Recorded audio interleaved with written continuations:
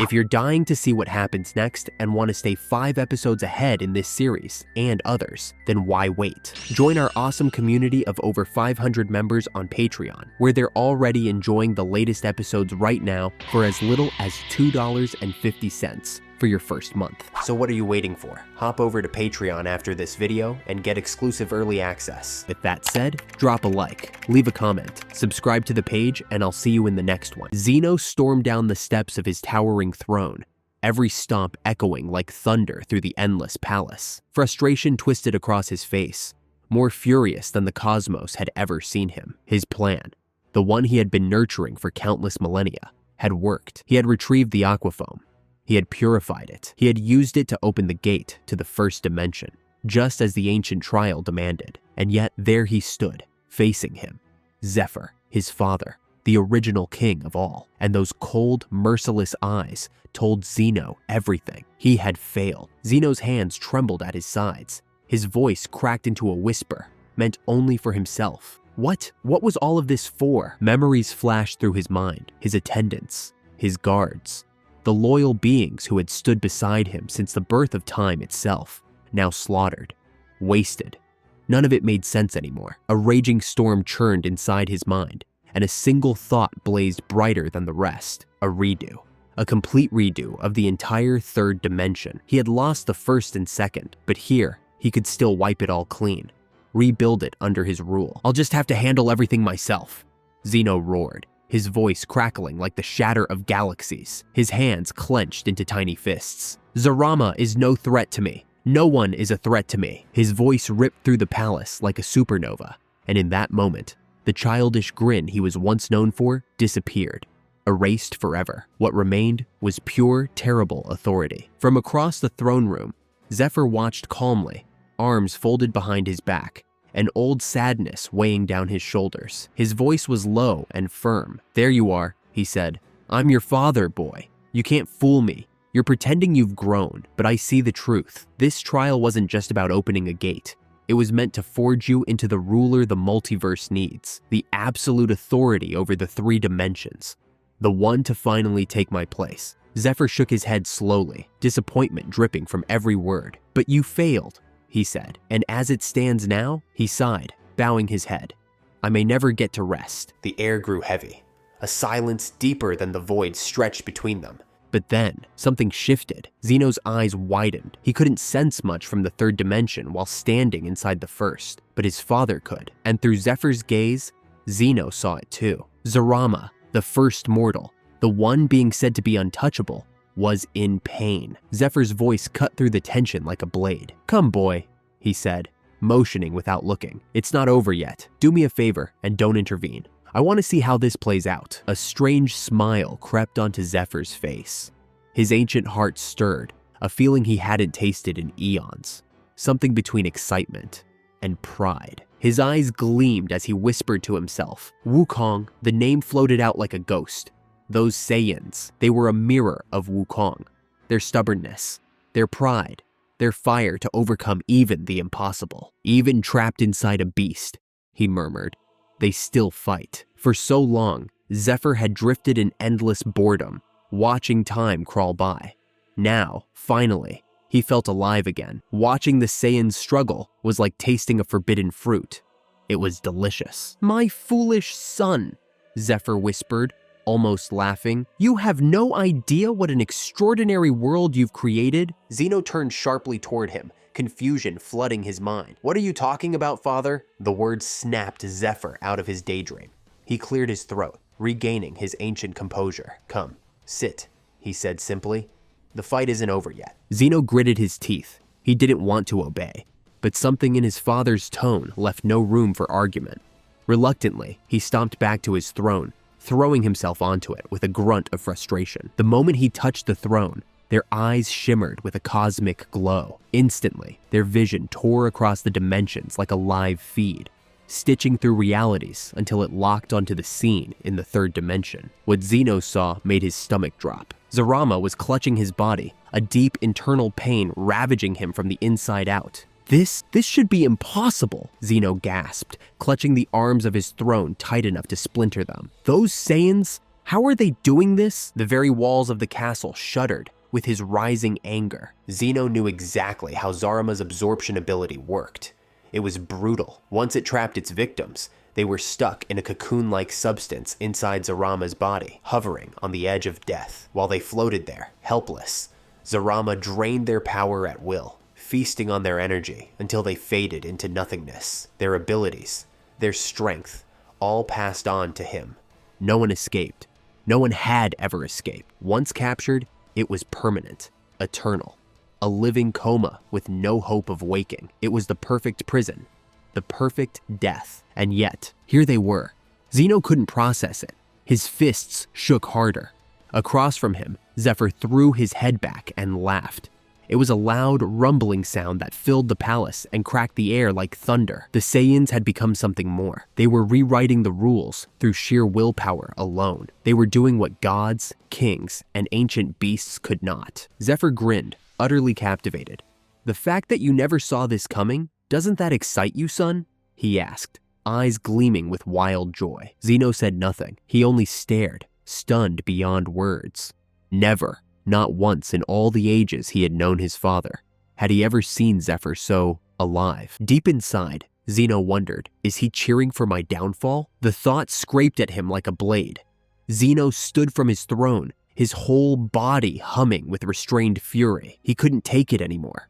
Watching was too painful. "It's time I end this myself," he muttered, voice dark and sharp. His aura flickered into existence, small sparks breaking the floor beneath his feet as he started to rise slowly into the air, each inch glowing brighter. "I'll finish them all with my own hands." But before he could ascend fully, Zephyr's voice sliced through the space between them. "Not yet, boy," he said calmly, a tone of command that was impossible to ignore. "I want to see how this ends. Afterwards, we'll both go, father and son." Zeno froze in midair, blinking hard. "What? You're coming?" His voice cracked slightly, overwhelmed by the idea. His father, the ancient ruler of everything, had never once left the palace, not in all of Melina's countless years. "Yes, of course," Zephyr said smoothly, as if he were discussing something as simple as a walk through the gardens. "I think it's time I stretch my legs. I'll be there to observe, my son. I won't interfere." Zeno lowered back to the ground, unsettled. He stared at Zephyr, trying to read his expression, but the old king's face gave nothing away. "Does he think I'll lose?" Zeno muttered under his breath. "Or is he up to something?" He genuinely couldn't tell. Shaking his head, he straightened his robe and scowled. "Me? Lose? Impossible," he whispered fiercely to himself. "I can't die. I'm immortal, beyond immortal. I am the conscript of death and life. I rule over death itself." He gritted his teeth and forced himself to walk calmly back to his seat. As much as he wanted to intervene now, he knew better than to disrespect the true king of everything. He had no choice but to wait. Both of them turned their gaze forward, their glowing eyes igniting the space between them once more, peering across dimensions to the battleground. And so, time rewound, rolling back 20 minutes earlier. Broly floated alone inside the Crimson Nightmare, his body barely hanging together. His green-gold aura sparked wildly around him for a brief second before sputtering out. He dropped to the fleshy ground hard, landing on one knee. His muscles ached, his bones screamed. He couldn't even hold his transformed state anymore. That's how drained he was. His breath came in ragged gasps, chest heaving, sweat pouring down his battered frame. He had never felt this weak before. The sight around him was pure horror. The walls pulsed like some giant, living heart, slick and throbbing. Fleshy veins pulsed under the red, oily skin, glowing with an eerie energy. The heat pressed down on him like a mountain. The air was thick and sour, every breath tasting like blood and metal. Broly staggered to his feet, fists clenching by instinct. "Where am I?" he roared, his voice echoing strangely against the living walls. It felt like a prison, a horrible, suffocating prison. Moments ago, he had shattered the cocoon trapping him. He thought he was free, but now he wasn't so sure. A voice echoed inside his mind, calm and strong. "You all let your guard down. Now you're paying the price," said Wukong, the Monkey King, his presence crackling with ancient power. Broly stiffened, recognizing the mental connection instantly. "You're inside Zarama's body," Wukong explained, his voice rumbling through Broly's soul. "It's a type of ability, one I'm not too familiar with, but I've seen Zeno use something similar before. Wukong's voice dipped lower, almost growling. That monster! He's truly made in Zeno's image, he muttered darkly. The more he watched Zarama fight, the more the grim truth became clear. Zarama wasn't just another creation. He was a shadow of Zeno himself, made in his twisted, arrogant likeness. Broly's eyes flared wide, mind racing back to the moment he thought Zarama had died. He clenched his fists tighter, trembling with anger. "Zarama!" he shouted, shaking the ground beneath him. "But I saw him die. I felt his energy vanish when Piccolo hit him with that attack. He was gone." The confusion turned fast into a deep, burning rage. They thought they had won. They thought it was over. But Zarama had survived, and worse, he had dragged them into this nightmare. Broly's fists shook, a primal snarl rumbling in his throat. "Calm yourself, my minion," Wukong said, his voice patient but firm. "You need to conserve what little strength you have left. Although I'm familiar with this technique, I don't know how to break it. I never bothered to learn.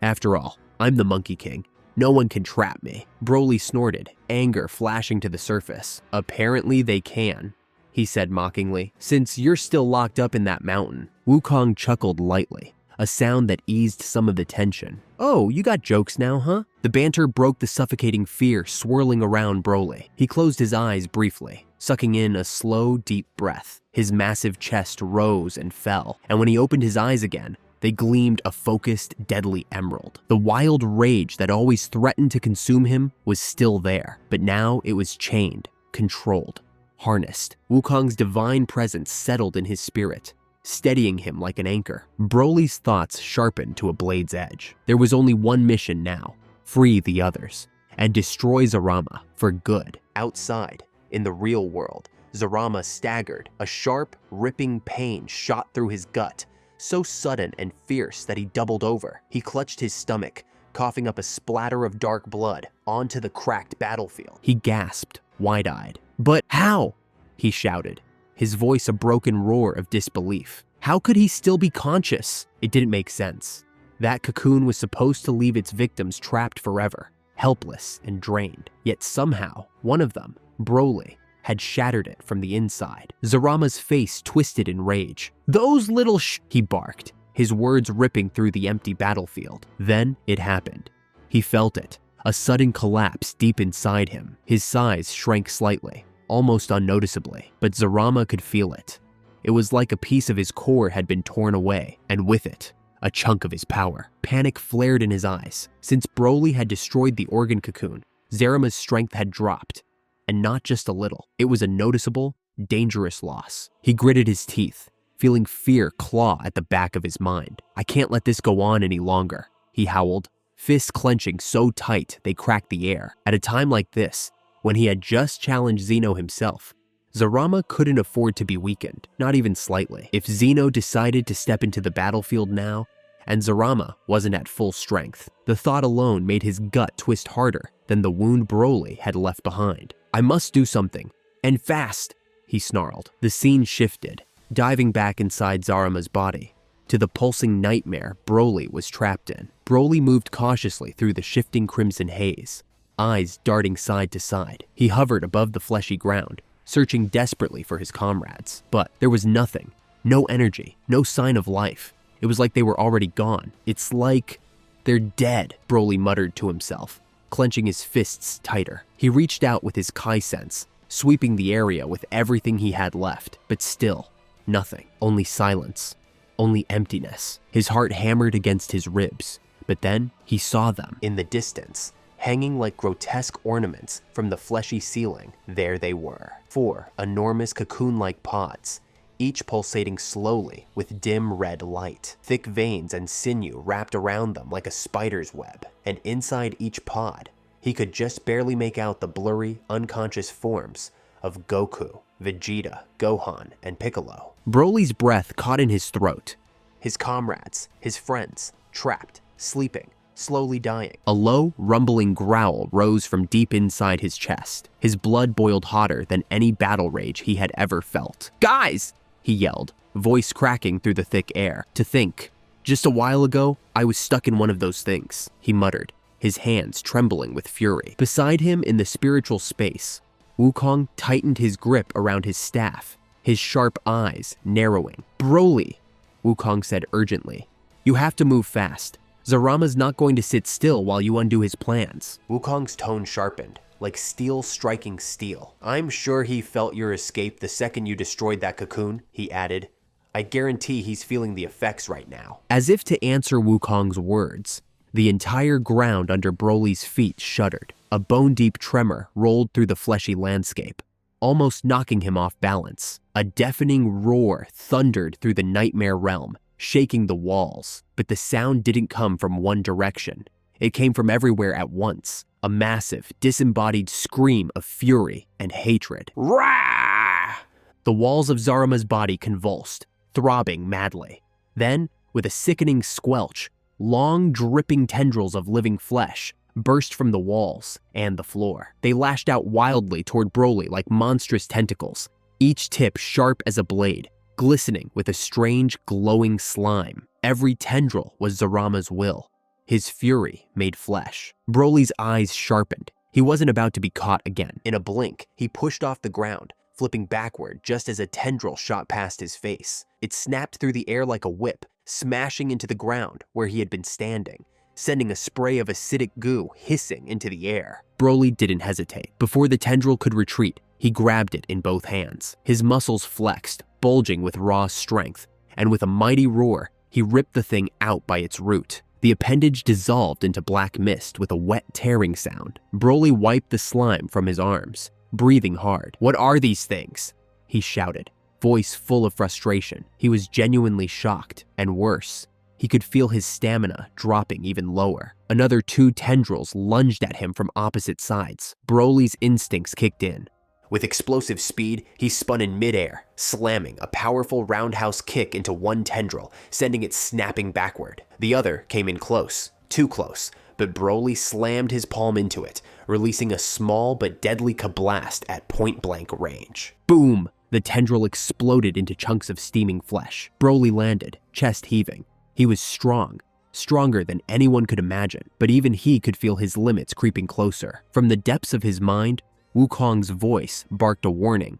"Don't tire yourself out. Use less energy-based attacks. Stick to physical combat." Wukong twirled his staff in the spiritual space, ready to guide him. Broly wiped the sweat from his brow and gritted his teeth. He wasn't about to let his friends die here, no matter what it took. More tendrils exploded from the ceiling and floor, like a nest of furious snakes. Dozens, maybe hundreds, lashed out all at once, screaming through the air with the sound of splitting meat and cracking bone. The living nightmare wasn't letting go of its prey without a fight. Broly growled through gritted teeth as he spun mid-air, ducking and weaving through the storm of whip-like flesh. His battle instincts took over. One tendril lunged toward his leg, but he caught it on his forearm, shattering it with a flex of raw muscle and energy. Another tried to coil around his waist. He answered with a bone-snapping elbow strike that blew it apart in a wet explosion. The air shook with the force of his movements, like thunder crashing inside a womb of meat. Even without using proper energy blasts, Broly's physical strength alone was pulverizing Zarama's insides from the inside out. "Go on, Broly!" Wukong's voice shouted from deep within his soul. "These things are endless. You won't last long like this. You need help. Free the other Saiyans and the Namekian." Broly didn't hesitate. He gave a sharp nod, and in the next instant, his aura exploded in a burst of green lightning. He shot through the air like a comet, blazing a trail of emerald light behind him. The fleshy cavern shook from the force of his movement. He locked eyes on the nearest cocoon pod, 50 yards away, half buried into a twitching wall of pulsing red tissue. Even from a distance, he could see the orange guy floating inside the translucent goo. Black hair, familiar posture, a still, unconscious figure. Goku. "Kakarot! Hang on, I'm coming!" Broly roared. He hadn't called Goku by that name in years, but right now, in this surreal hellscape, that old warrior instinct came back. Broly's breath burned in his chest as he closed the distance. Before he could reach the pod, another wave of tendrils lunged in his path. They struck like vipers, razor-tipped and dripping with glowing green fluid. Broly snarled and clapped his hands together, generating a shockwave of raw Kai pressure. Boom! The concussive blast flattened the oncoming tentacles, scattering them against the fleshy walls like shredded meat. He didn't wait for more. Broly cocked back one fist, energy swirling around it in tight spirals. A furious emerald glow lit up his face. With a primal roar, he drove his punch straight into the cocoon. Crack! The surface of the pod fractured instantly, spiderweb cracks glowing with golden light. It was unbelievably tough, built to hold the strongest beings in the universe. But Broly's will was stronger. Fueled by raw rage and burning loyalty, he kept punching, driving his fists deeper, tearing through the thick gummy layers.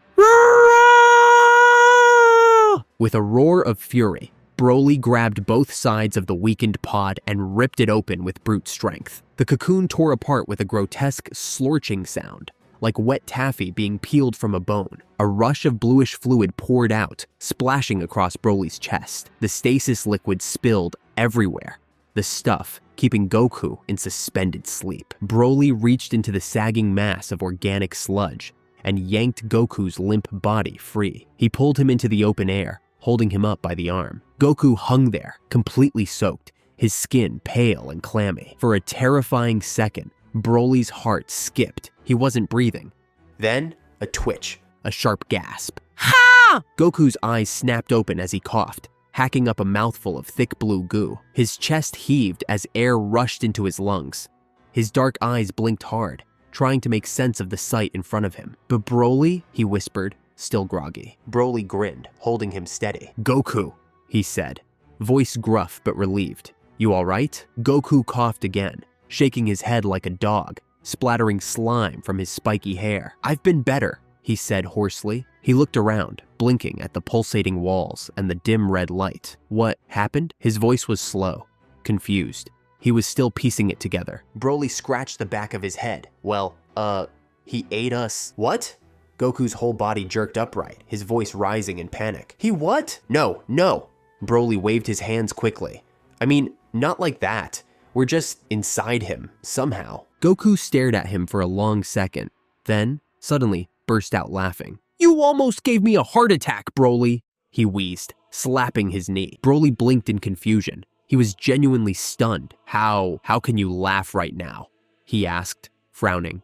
We're inside a monster. There's no way out. Goku wiped his eyes, still chuckling, but there was pain in his voice. Better this than what I was living, he muttered. His tone shifted, darker, sadder.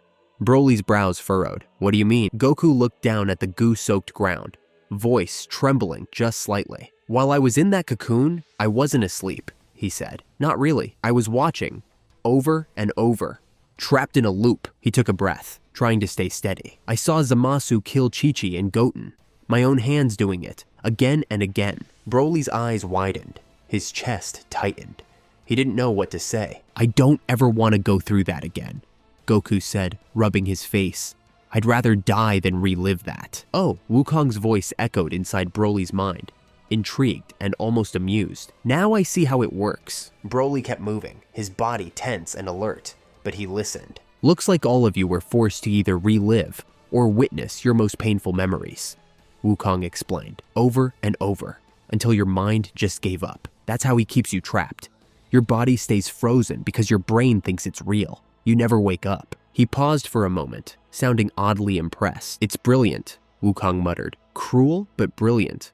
I wonder what I'd see if he ever used it on me. Broly wanted to ask, but now wasn't the time for questions. Time was short. We have to move, he said firmly. The others are still stuck, and Zarama's trying to stop us. Outside, Zarama staggered again.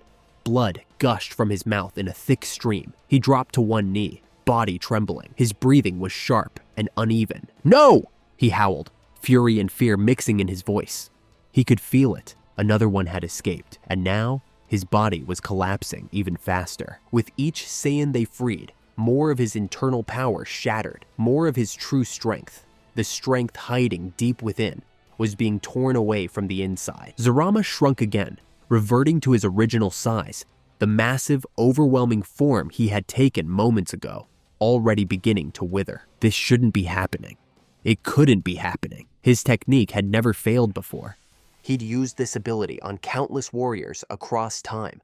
All had fallen, all had been absorbed, devoured, and never returned. And now, these Saiyans, they were undoing everything. "You pieces of trash!"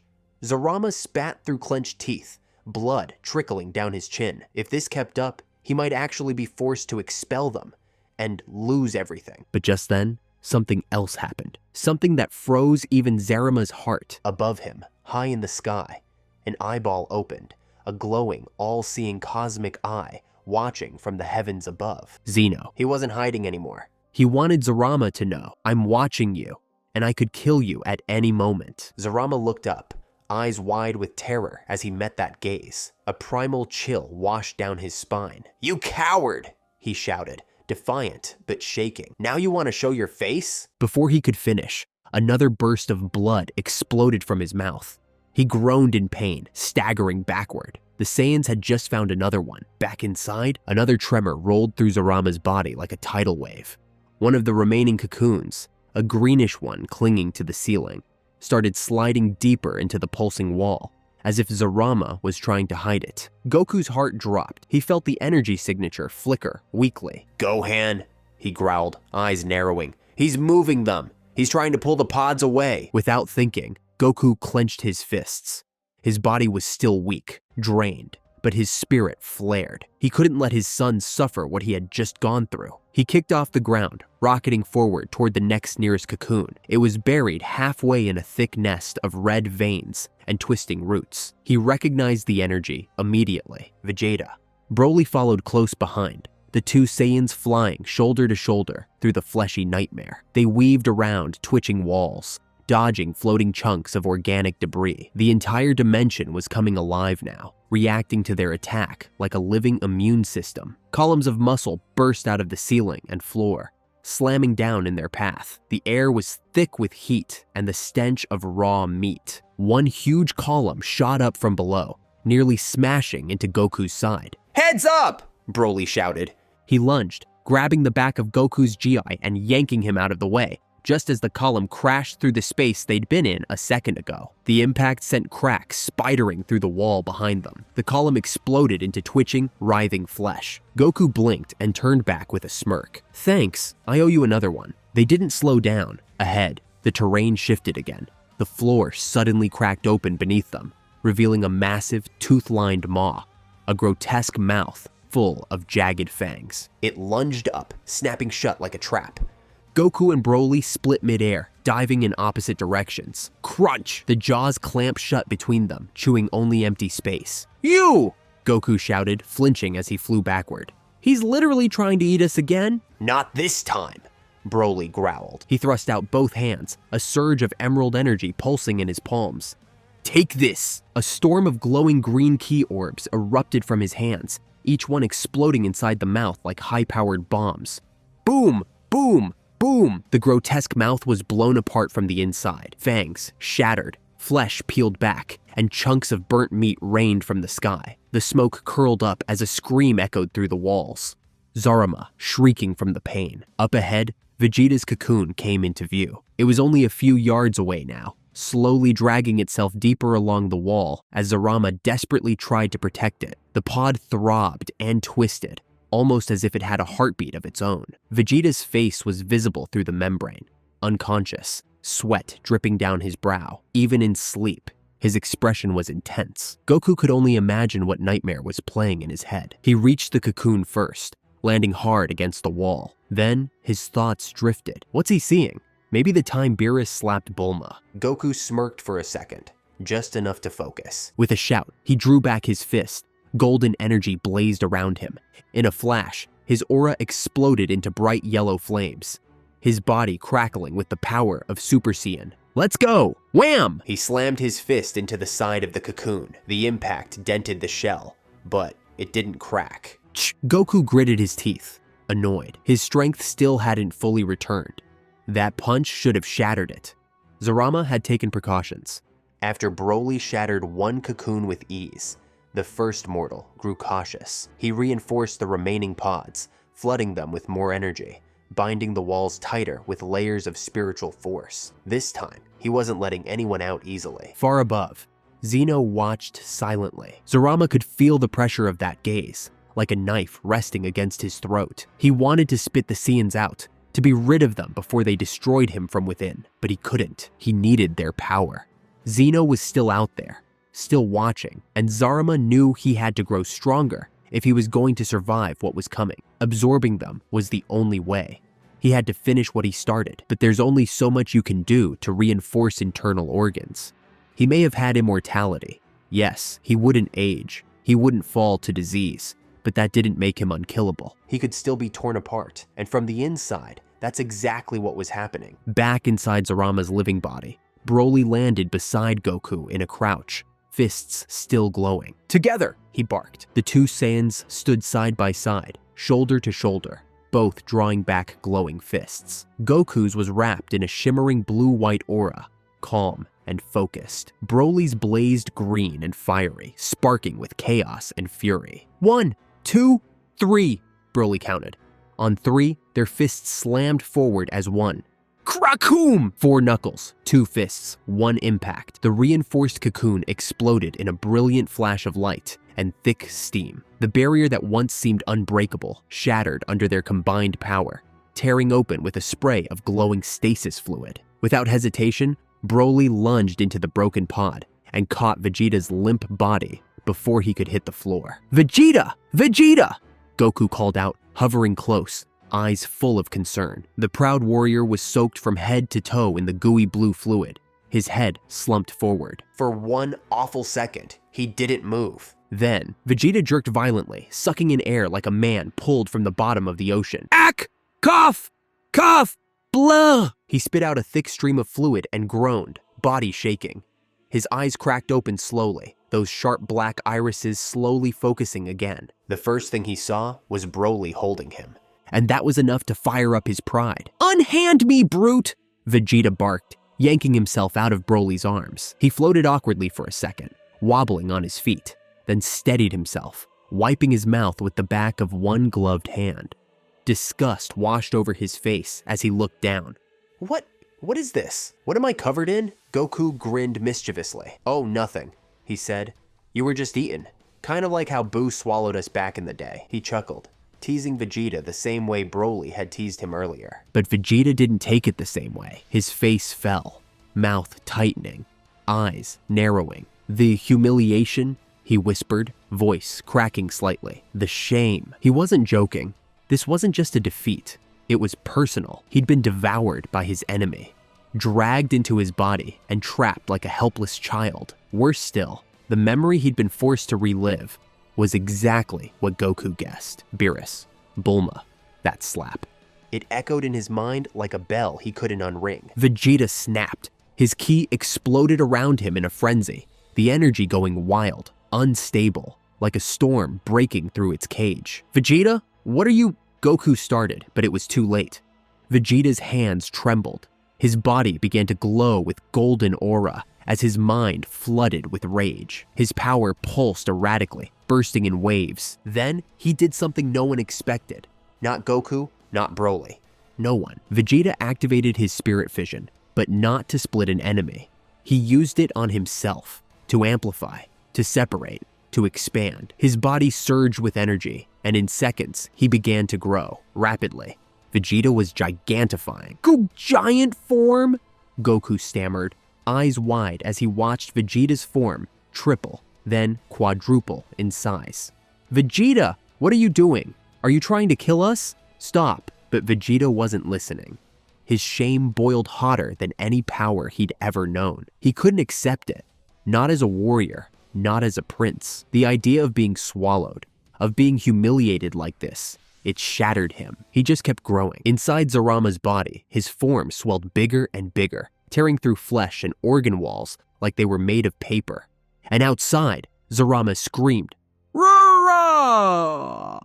His claws clutched at his own skull as the pressure inside his body became unbearable. He shrieked as his skin cracked, his veins bursting with golden light. His energy, all the stolen strength, was leaking out. Steam and power poured from the fractures spreading along his hide. The energy was uncontrollable now. His body couldn't hold it in. "Stop!"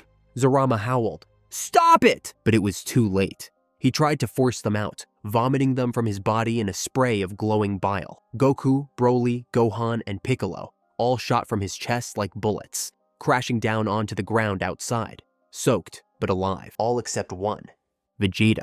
He was simply too big. His body was still growing, ripping straight through Zurama's body like a force of nature. Muscles bulged, armor cracked with pressure. Light poured from every inch of Zurama's skin as the damage grew worse. Then it started. Zurama's entire realm began to break.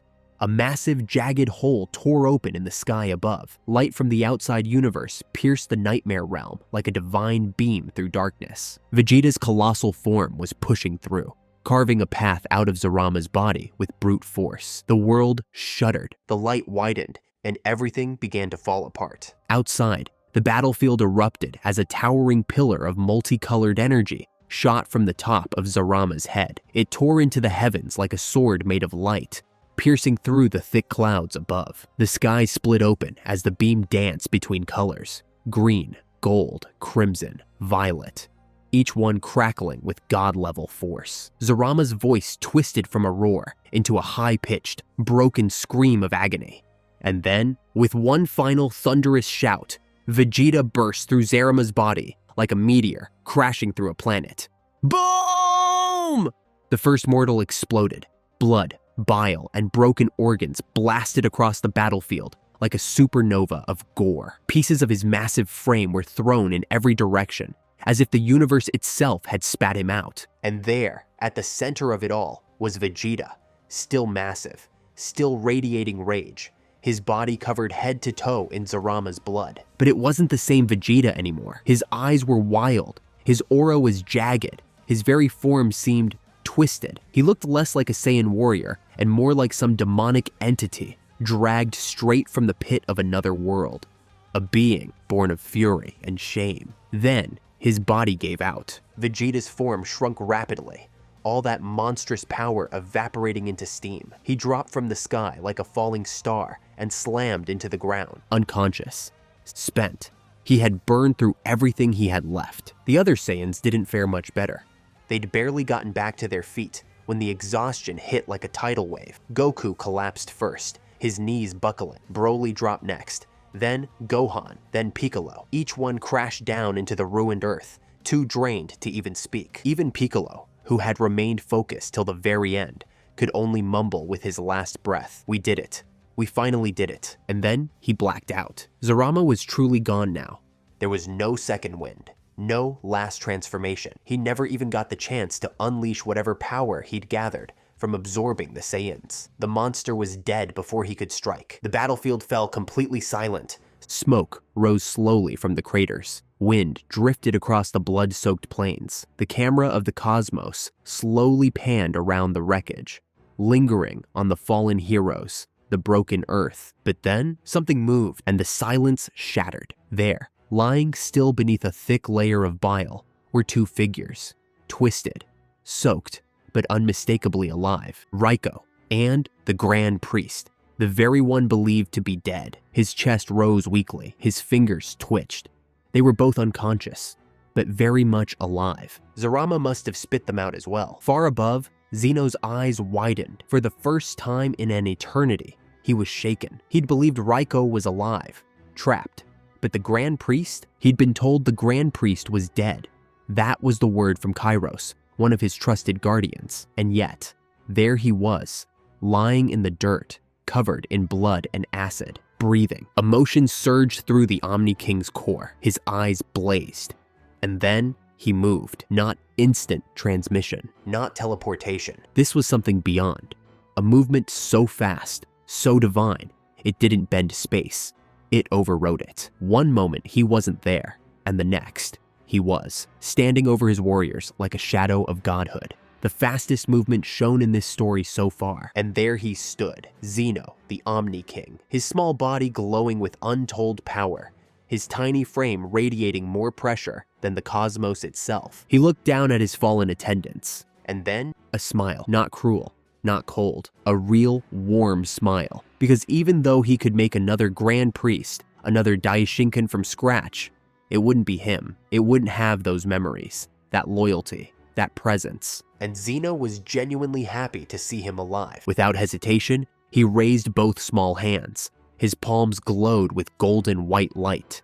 A divine healing wave burst forth. The energy shimmered like sunlight on water, sweeping across the Grand Priest and Raiko's bodies. Instantly, wounds mended, bones realigned, armor reformed. Within seconds, they were both completely restored. Their eyes snapped open in unison, a glow of energy swirling behind their pupils. "My lord!" they both cried, voices full of awe and loyalty. They leapt to their knees instantly, bowing low before Zeno, their heads bowed to the dirt. And across from them, lying in the cracked earth, were the Saiyans, still unconscious, still unmoving. Their bodies had shut down completely. They had burned through every drop of energy. Even their backup reserves were gone. Only the tiniest spark remained, just enough to keep their hearts beating. And now, Zeno had arrived. His power was unmatched, and beside him, now healed and fully restored, stood the Grand Priest and Raiko. Was this truly the end for the Saiyans? And that's it for today's episode, guys. If you watched to the end, then that could be an indication that you enjoy the series. So please leave a like on the video. Thank you and take care.